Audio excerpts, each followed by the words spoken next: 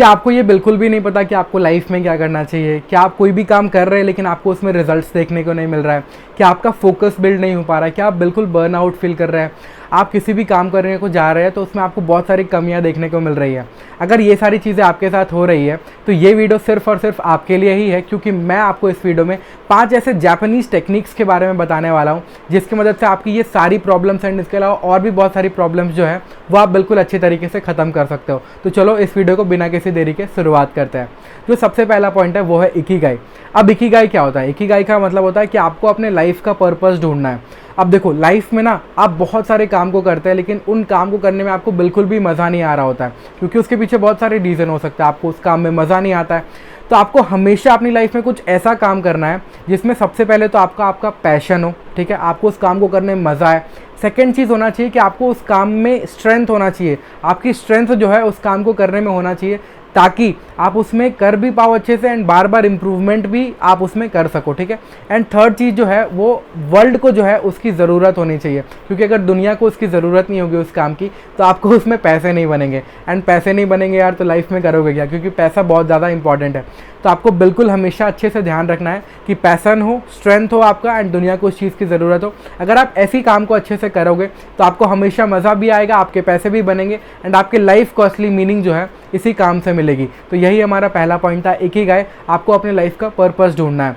जो second point है वो है काइजन। अब काइजन क्या होता है? आपको डेली थोड़ा थोड़ा इंप्रूवमेंट करना है। जब भी हम लोग लाइफ में कोई काम करना शुरू करते हैं ना तो हमको लगता है कि हमको डे 1 में ही बहुत सारे रिजल्ट्स देखने को मिल जाए। जैसे मान लो कोई बच्चा पढ़ाई करने के लिए बैठा तो वो चाहता है कि पहले दिन में ही पूरा सिलेबस खत्म हो जाए।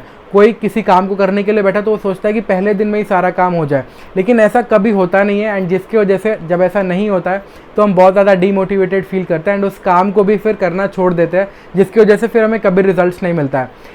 इसके बजाय हमें क्या करना है कि हमें बस डेली थोड़े थोड़े इंप्रूवमेंट्स पे ध्यान देना है। अगर हम डेली थोड़ा थोड़ा इंप्रूवमेंट करेंगे ना तो कुछ टाइम के बाद हमारा जो लर्निंग का ग्राफ है वो काफ़ी ज़्यादा बढ़ जाएगा। हम बहुत सारी चीज़ें हम सीख जाएंगे एंड हम जिस भी काम को कर रहे थे उसमें बेटर होते चले जाएंगे। लेकिन अगर हम सिर्फ ये सोचेंगे कि तुरंत वो काम हो जाए तो ऐसा कभी भी नहीं होने वाला है। तो आपको हमेशा ध्यान देना है कि आपको थोड़े थोड़े इंप्रूवमेंट्स पे फोकस करना है। तो यही था हमारा सेकेंड पॉइंट, काइजन। जो थर्ड पॉइंट है हमारा, थर्ड पॉइंट है पोमोडोरो टेक्निक। अब पोमोडोरो सुनने में तो बहुत ज़्यादा अजीब लगता है, लेकिन इस टेक्निक को अगर आप यूज़ करेंगे तो बहुत ज़्यादा फ़ायदा आपको अपने काम के अंदर देखने को मिलेगा। अब ये टेक्निक होती क्या है? ये टेक्निक कहती है कि आपको एक लिमिटेड स्लॉट में काम करना है एंड देन छोटे से ब्रेक लेना है। इस टेक्निक को अगर स्पेसिफिकली बात की जाए तो इसमें कहा जाता है कि आपको 25 मिनट तक अपना जो भी काम है उसे पूरे फोकस के साथ करना है एंड देन 5 मिनट का ब्रेक लेना है एंड देन फिर से 25 मिनट तक आपको काम करना है। अब इससे आपको फ़ायदा क्या होगा? इससे आपका फ़ायदा ये होगा कि जब आप लिमिटेड टाइम पीरियड में काम करोगे, रेगुलरली ब्रेक लोगे ना, तो आपका फोकस बहुत ज़्यादा अच्छा रहेगा। एंड आपको पता होना चाहिए कि जब आपका फोकस अच्छा रहता है तो आपकी एफिशिएंसी भी उसमें बहुत ज़्यादा हाई रहती है। एंड एफिशिएंसी अच्छा होगा तो डेफिनेटली काम का रिजल्ट भी आपको ज़्यादा देखने को मिलेगा। एंड साथ साथ ब्रेक का भी फ़ायदा ये होता है कि ब्रेक आपको दोबारा से री एनर्जाइज कर देता है। लेकिन इसमें एक चीज़ ये है कि आप 25 की जगह आप अपने काम के हिसाब से इसको चेंज कर सकते हो। आपको अगर 1 घंटे का टाइम स्लॉट अच्छा लगता है तो आप 1 घंटे के टाइम स्लॉट में काम करो, 10 मिनट का ब्रेक ले लो। कुछ जैसे बच्चों के एग्जाम्स होते हैं तो 3-3 घंटे के एग्ज़ाम होते हैं, तो उनको क्या करना चाहिए कि 3 घंटे का पीरियड बनाना चाहिए। 3 घंटे के अंदर बहुत ज़्यादा फोकस के साथ पढ़ाई करनी चाहिए एंड देन आधा या 1 घंटे का ब्रेक वो अपने काम के अंदर ले सकते हैं। तो इससे उनको 2-3 फ़ायदे होंगे। पहला तो उनका फोकस बहुत ज़्यादा अच्छा रहेगा, फोकस अच्छा रहेगा तो एफिशिएंसी बढ़ेगी जैसा मैंने बताया। एंड दूसरा फ़ायदा जो है वो बर्नआउट होने से बचेंगे। जब हम लोग एक काम को रेगुलरली बहुत ज़्यादा करते हैं ना तो बर्नआउट होने के चांसेस बढ़ जाते हैं। एंड जब हम बर्नआउट फील करते हैं तो हमें फिर उस काम को करने में ना तो मन लगता है एंड ना ही हम उस काम को अच्छे से कर पाते हैं। तो यही था हमारा थर्ड पॉइंट, पोमोडोरो टेक्निक, जिसमें आपको एक लिमिटेड टाइम पे काम करना है, फिर ब्रेक लेना है, फिर काम करना है। तो आई होप आप इस टेक्निक को ज़रूर यूज़ करोगे एंड अपनी लाइफ को और बेटर बना पाओगे। जो फोर्थ टेक्निक है वो होता है शोशिन। शोशिन क्या कहता है कि हम लोग क्या होता है ना कि जब तक किसी काम में परफेक्ट ना हो जाए तब तक हम लोग सोचते हैं कि उस काम को स्टार्ट ही ना करें। एंड इस चक्कर में हम बहुत सारे कामों को कभी भी स्टार्ट ही नहीं कर पाते हैं। लेकिन इस टेक्निक के हिसाब से आप जिस भी काम को करना चाहते हैं सबसे पहले आप उस काम को करना स्टार्ट करें। बिगिनर माइंडसेट के साथ आप उस काम को करना स्टार्ट करें, क्योंकि जब आप बिगिनर माइंडसेट के साथ काम को करना स्टार्ट करते हैं ना तो फिर आप धीरे धीरे करके उसमें इंप्रूव होते हुए चले जाते हैं। लेकिन अगर आप सिर्फ ये सोचेंगे कि पहले परफेक्ट हो जाऊँ तब ये काम करूँ तो ऐसा बिल्कुल भी नहीं होगा। आप उस काम को कभी भी स्टार्ट नहीं कर पाओगे। हमेशा याद रखना कि आप जिस भी गेम में खेलना चाहते हो, गेम चाहे लाइफ का हो, पढ़ाई का हो या असली गेम हो, आप जब तक मैदान के अंदर उतरोगे नहीं तब तक आप उस गेम में अच्छा नहीं कर सकते हो। तो गेम में उतरो, प्रैक्टिस करो, प्रैक्टिस करोगे तो डेफिनेटली बेस्ट या बेटर तो होने के चांसेस आपके बढ़ जाएंगे। वो कहते हैं ना, practice makes a man perfect. Perfect भले ही ना बनाए लेकिन प्रैक्टिस आपको बेटर ज़रूर बनाती है। तो याद रखना, practice makes a man better, और वुमेन्स को भी बेटर करती है। थोड़ा सा जोक बोल दिया, लेकिन किसी के लिए भी, आप कोई भी हो, अगर आप प्रैक्टिस करोगे ना तो आप डेफिनेटली बेटर होते हुए चले जाओगे। लेकिन अगर आप सिर्फ ये सोचोगे कि बेस्ट हो जाऊंगा, परफेक्ट हो जाऊंगा, तब काम करूंगा, तो काम कभी भी नहीं होने वाला है आपका।